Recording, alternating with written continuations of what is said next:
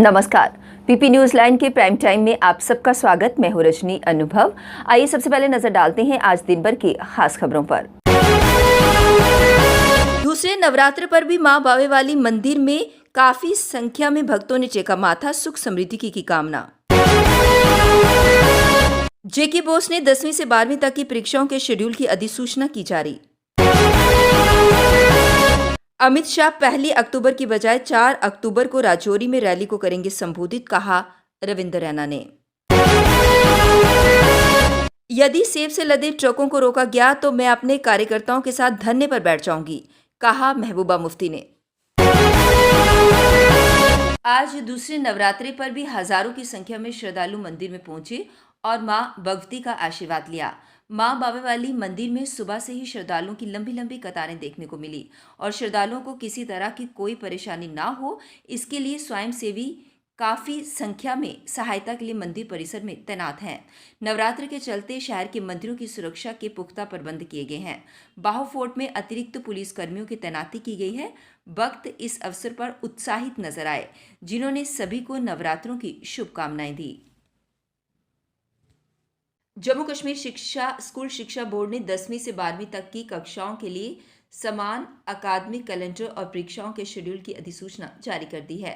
नए अकादमिक कैलेंडर में विंटर जोन करते हुए हार्ड जोन को छोड़ सभी क्षेत्रों में हर साल मार्च में परीक्षाएं कराने की व्यवस्था की गई है। जम्मू संभाग में 309 और कश्मीर संभाग में 135 स्कूलों को हार्ड जोन में रखा गया है। जेके बोर्ड ने लद्दाख के लेह जिले के सभी स्कूलों को हार्ड जोन में रखा है, जबकि कारगिल जिले के 7 शिक्षा जोन हार्ड जोन में रखे गए हैं। इन स्कूलों में चालू शैक्षिक सत्र की परीक्षाएं अप्रैल से कराने की व्यवस्था लागू होगी। हालांकि सभी स्कूलों के नतीजे एक साथ जून माह में घोषित किए जाएंगे। वहीं बोर्ड के अधीन जम्मू कश्मीर और लद्दाख के सभी स्कूलों की अर्धवार्षिक परीक्षाओं का आयोजन अगस्त में होगा, जिसके नतीजे अक्टूबर में घोषित होंगे। बोर्ड के अकादमिक निदेशक प्रोफेसर अब्दुल वाहिद मखदूमी की ओर से जारी अधिसूचना को तत्काल प्रभाव से लागू कर दिया गया है।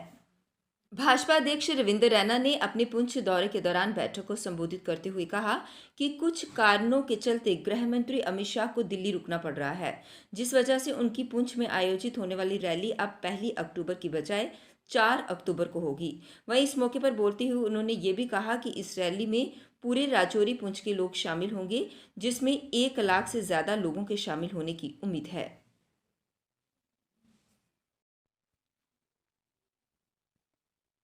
पीपल्स डेमोक्रेटिक पार्टी के अध्यक्ष और पूर्व मुख्यमंत्री महबूबा मुफ्ती ने दक्षिण कश्मीर के शोपियां में सेब व्यापारियों के समर्थन में रैली को संबोधित करते हुए केंद्र सरकार पर निशाना साधा। उन्होंने कहा कि पहले आपने कश्मीर को एक खुली जेल में बदल दिया और अब हमारी आर्थिक दशा को बर्बाद किया जा रहा है। अगर हाईवे पर ट्रकों की आवाजाही को बिना रोक टोक सुनिश्चित नहीं बनाया गया तो मैं अपने पार्टी कार्यकर्ताओं के साथ धरने पर बैठ जाऊंगी, हाईवे को ब्लॉक करूंगी। पीडीपी अध्यक्ष शोपियां में सेब व्यापारियों की सुध लेने के लिए पहुंची थी। उनके वहां पहुंचते ही सभी व्यापारियों ने उनके सामने अपनी परेशानियों का पिटारा खोल दिया। उन्होंने कहा कि सेब से लदे ट्रकों को कई कई दिनों तक हाईवे पर रोका जा रहा है। फ्रूट मंडी में पड़ा उनका सेब खराब हो रहा है। किसान ही नहीं, व्यापारी भी परेशान है। इसका सीधा सीधा असर उनकी आर्थिक व्यवस्था पर पड़ रहा है। अब तक व्यापारियों को करोड़ों का नुकसान हो चुका है। अगर अभी भी सेब के ट्रकों की आवाजाही को सुनिश्चित नहीं बनाया गया तो नुकसान का ये आंकड़ा बढ़ता जाएगा। यहाँ के लोगों के यहाँ के हॉर्टिकल्चर के साथ कर रहा है, वो खुदा ना खासा कोशिश कर रहे हैं। जिस तरह यहूदियों ने, जिस तरह ज्यूज ने फलस्तीन के साथ उनको बंद करके रखा हो, इकोनॉमिकली उनको खत्म करके रखा हुआ है, वही साजिश हो रही है जम्मू कश्मीर को एक तरफ से खत्म करने की। यहाँ नहीं तो मुझे बताइए, जम्मू से जब ट्रक आता है तो वो 1 दिन में पहुंच जाता है, जब यहाँ से वापस चला जाए तो उसको 4-4 दिन क्यों रोका जाता है? और गवर्नर साहब के कहने के बावजूद फिर भी ऐसा क्यों होता है, जब तक ये बहुत बड़ी साजिश का हिस्सा नहीं है? हम इस साजिश को चलने ही नहीं देंगे। मैंने गवर्नर साहब से गुजारिश की, दोबारा गुजारिश करती हूँ कि वो इसका संजीदा नोटिस ले और देखें कि हमारे ट्रक्स कहीं नहीं रुकते हैं। अगर उसके बावजूद भी होता तो फिर उनको भी मुश्किल। केंद्रीय गृह मंत्री अमित शाह के जम्मू कश्मीर दौरे से पहले जम्मू कश्मीर में सुरक्षा व्यवस्था कड़ी कर दी गई है। डीजीपी दिलबाग सिंह ने कहा कि आतंक विरोधी अभियान लगातार जारी है। अभी कल ही कुलगाम में एक अभियान में पाकिस्तान से आए 2 आतंकियों को उनके अंजाम तक पहुंचाया गया है। उन्होंने कहा कि पुलिस अपना काम कर रही है। डीजीपी जेके यूटी शूटिंग चैंपियनशिप के समापन समारोह में भाग लेने के बाद मीडिया से बात कर रहे थे। इस समारोह में उन्होंने जीतने वाले खिलाड़ियों में पुरस्कार वितरित किए और उनकी हौसला अफजाई की। क्योंकि इस वक्त उस एजेंसी की तफ्तीश और बाकी चीज़ें इनिशियल स्टेज पे हैं, हम लोग इस तरफ से कोई भी कमेंट अभी नहीं करना चाहेंगे। But how you see some people trying to look at things with the criminal glasses?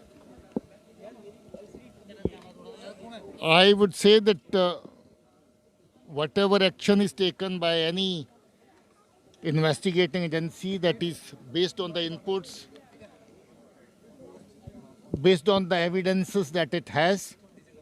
So therefore, there's nothing about looking at something from any communal angle.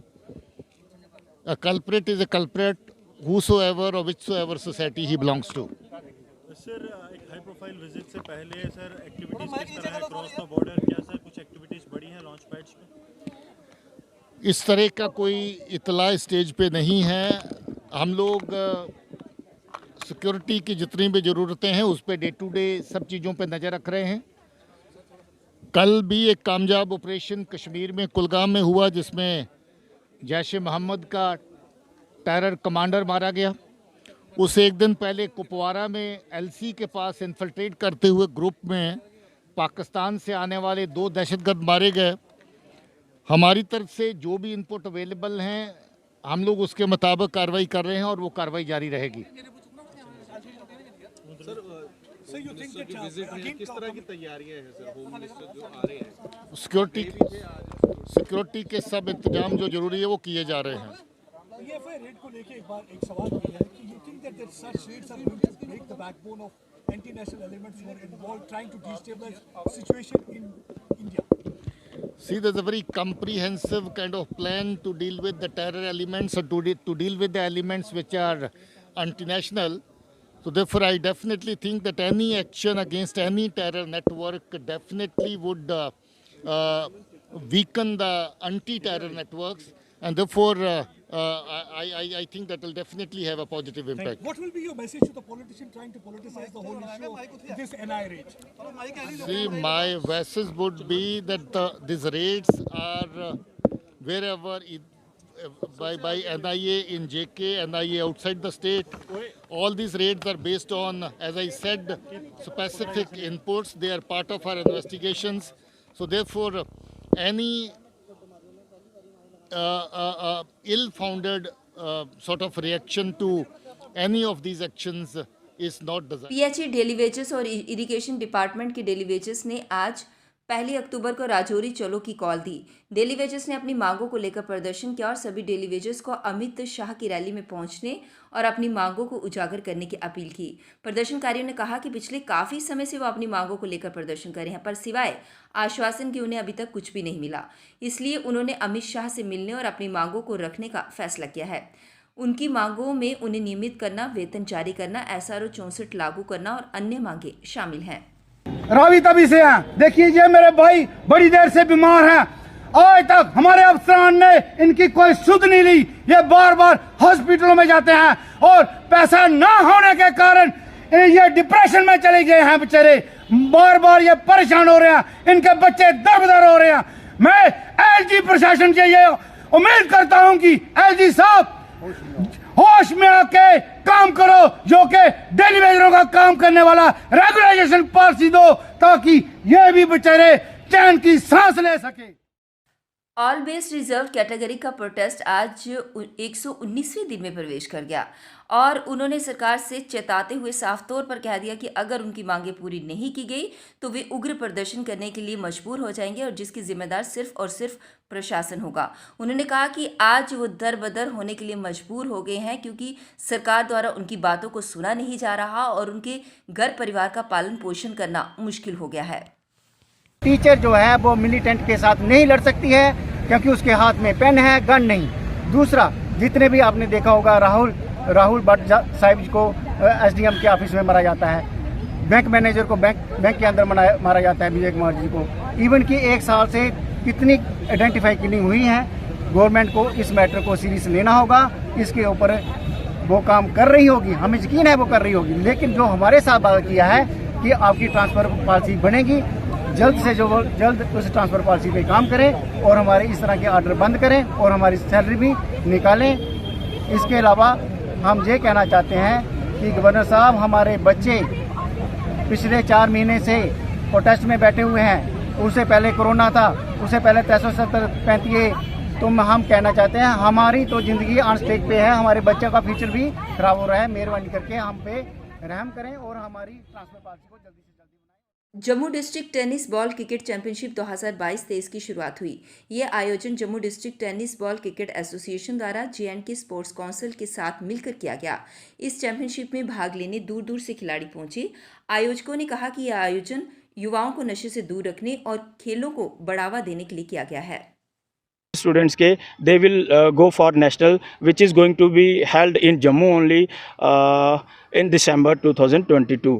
तो मैं सभी जितने भी पार्टिसिपेंट यहाँ पे आए हैं सभी को मुबारकबाद देता हूँ और शुक्रिया अदा करता हूँ प्रिंसिपल सर का, पुनीत जी का, कपिल जी का और हमारे जो प्रेसिडेंट साहब हैं BK टिक्कू जी, इतने बिजी स्केड्यूल से ये अपना टाइम निकाल के यहाँ पे बच्चों को ब्लेस करने आए और धूप भी इतनी तेज़ है फिर भी स्पोर्ट्समैनशिप जो है वो प्रिंसिपल सर के अंदर दिखती है। सर ने यहाँ पे आके खुद प्ले भी किया और बच्चों को ब्लेसिंग भी थी। Thank you sir, thank you very much. Jammu Kashmir में नशे का जहर युवाओं की रगों में तेजी से फैल रहा है और नशे के मामले तेजी से बढ़ते जा रहे हैं। नशे के इस मक्कड़ जाल पर शिकंजा कसने के लिए केंद्र की मदद से जम्मू कश्मीर प्रशासन ने नशे के खिलाफ निर्णायक प्रहार करने की तैयारी कर ली है। इसके लिए 4A का फार्मूला सुलझाया गया है। इसके तहत तो युवाओं को जागरूकता से लेकर नशे तस्करों के खिलाफ शिकंजा कसा जाएगा। साथ ही नशे की चपेट में आए लोगों को इससे बाहर निकालने के लिए बेहतर इलाज की व्यवस्था की जाएगी। इस तरह से नशे के खिलाफ जोरदार लड़ाई छेड़ी जा चुकी है। इसके तहत नशा तस्करों पर शिकंजा कसा जा रहा है और केंद्र की मदद से नशा मुक्ति केंद्र खोले जा रहे हैं। इन केंद्रों में OPD के अलावा मरीजों को भर्ती भी किया जा सकेगा। स्वास्थ्य विभाग अपने स्तर पर पहले ही ऐसे केंद्र बना चुका है। घाटी से देश के अन्य हिस्सों में बेचे जाने वाले सेब से लदे ट्रकों को श्रीनगर जम्मू राजमार्ग पर रोकने के खिलाफ कश्मीर वैली फ्रूट ग्रोअर्स कम डीलर्स यूनियन ने सोमवार को प्रेस कॉलोनी और पारिमपोरा फ्रूट मंडी में प्रदर्शन किया। उन्होंने कहा कि राजमार्ग की मरम्मत कश्मीर की अर्थव्यवस्था को नुकसान पहुंचाने का एकमात्र बहाना है। उन्होंने कहा कि अन्य वाहनों विशेष रूप से कानवाई को श्रीनगर जम्मू राजमार्ग पर चलने की अनुमति क्यों दी जा रही है और केवल फलों से लदे ट्रकों को ही क्यों रोका जा रहा है। प्रदर्शनकारियों ने कहा कि इससे हमें बड़ा नुकसान हुआ है। सरकार के दुलमुल रुपये के कारण फल उत्पादक खत्म हो रहे हैं। यूनियन के चेयरमैन बशीर अहमद बशीर ने कहा कि पिछले 2 सप्ताह से 1 अरब रुपए के सेब से लदे 8000 ट्रक राजमार्ग पर रुके हुए हैं। सेब अब सड़ने लगे हैं और इन ट्रकों को वांछित गंतव्य तक ले जाने के लिए कोई फायदा नहीं है। उन्होंने कहा कि सेब उद्योग कश्मीर के सबसे बड़े उद्योगों में से एक है, जबकि ये लाखों लोगों को रोजगार और जीविका देता है। हमें ये समझ में नहीं आता कि सेब से लदे ट्रकों को क्यों रोका जा रहा है और इस समय राजमार्ग की मरम्मत क्यों शुरू हुई है। बशीर ने कहा कि सोमवार को भी मंडी को दूसरे दिन बंद रखा गया। इस मामले को लेकर यूनियन के प्रतिनिधिमंडल ने IG ट्रैफिक विक्रमजीत सिंह के साथ बैठक की। कश्मीर के कुलगाम जिले में सोमवार को सुरक्षा बलों ने मुठभेड़ में जैश-ए-मोहम्मद का पाकिस्तानी आतंकी को मार गिराया। इस दौरान 2 नागरिक और सेना का एक जवान भी घायल हुआ। देर रात तक मुठभेड़ जारी रही। इसमें 1 से 2 आतंकियों के सुरक्षा बलों के घेरे में फंसे होने की आशंका है। पुलिस, CRPF, सेना ने एक पुख्ता जानकारी मिलने के बाद बटपोरा गांव में तलाशी अभियान चलाया। जैसे ही सुरक्षा बल आतंकियों के छिपने वाली जगह पर पहुंचे तो उन्होंने गोलीबारी शुरू कर दी। सुरक्षा बलों ने भी करारा जवाब दिया। इसके साथ ही मुठभेड़ शुरू हो गई। मुठभेड़ में जैश का पाक आतंकी अबू हुरा मारा गया। हुरा की काफी समय से सुरक्षा बलों को तलाश थी। मुठभेड़ के दौरान दोनों तरफ से जारी गोलीबारी के दौरान सेना का एक जवान और 2 नागरिक अभी तक इस मुठभेड़ में घायल हो चुके हैं। सुरक्षा बलों ने मुठभेड़ स्थलों के चारों ओर से उसे घेर रखा है ताकि कोई भी आतंकी अंधेरे का लाभ उठाकर भाग न जाए। वहीं कश्मीर जोन पुलिस ने भी इन आतंकियों के मारे जाने की पुष्टि की है। घायल तीनों की हालत अभी स्थिर बनी हुई है। अब वक्त हो चला एक ब्रेक का, मिलते हैं ब्रेक के बाद। मजबूती की पहचान ACC cement, messrs Bishandas Jaswal and sons, authorised stockist. ACC cement 45 transport Nagar, Jammu. रंगीन खबरों की परत दर परत होता है तबसरा, बयां करता है खबर के पीछे की कहानी। तीर पंचाल से सब कुछ दिखता है।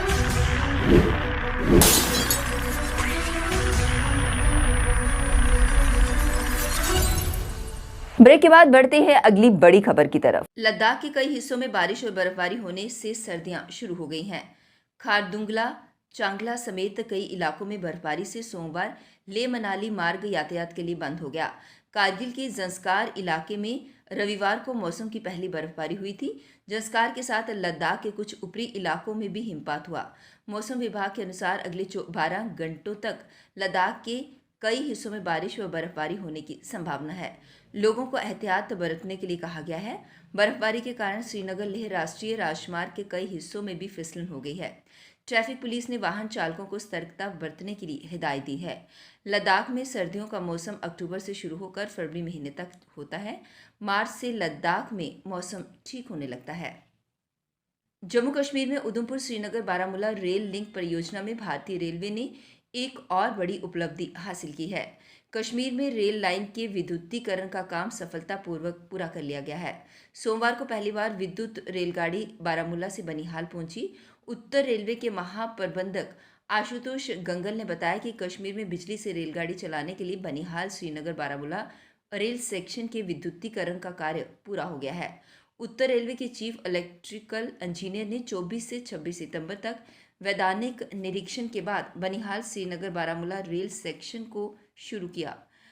कठिन परिस्थितियों में बने इस सेक्शन में पीर पंचाल पर्वत श्रेणियों में स्थित बनिहाल कांजीकुंड के बीच भारतीय रेलवे की सबसे लंबी रेल सुरंग का भी विद्युतीकरण किया गया। जम्मू कश्मीर पुलिस में सब इंस्पेक्टर भर्ती परीक्षा घोटाले की जांच कर रही सीबीआई ने सोमवार को शहर के चांदनगर इलाके में स्थित एक होटल न्यू कृष्णा पैलेस में छापा मारा। होटल के साथ उसके मालिक संजय कुमार दत्ता का घर भी है। टीम ने करीब 5 घंटे तक होटल व घर में छापेमारी कर वहां भर्ती घोटाले से जुड़े सबूतों को जुटाया। सूत्रों ने बताया कि सीबीआई ने इस दौरान कुछ दस्तावेजों को जांच के लिए जब्त किया है। ये भी बताया जा रहा है कि होटल मालिक का संबंध इस घोटाले से जुड़े कुछ दलालों से है, जिन्होंने पूछताछ के दौरान होटल मालिक का नाम लिया है। आरोप है कि इसी होटल में लिखित परीक्षा से पूर्व कुछ छात्रों को प्रश्न पत्र सौंपे गए थे। इन्हीं आरोपों की सच्चाई का पता लगाने के लिए सीबीआई ने वहां छापेमारी की।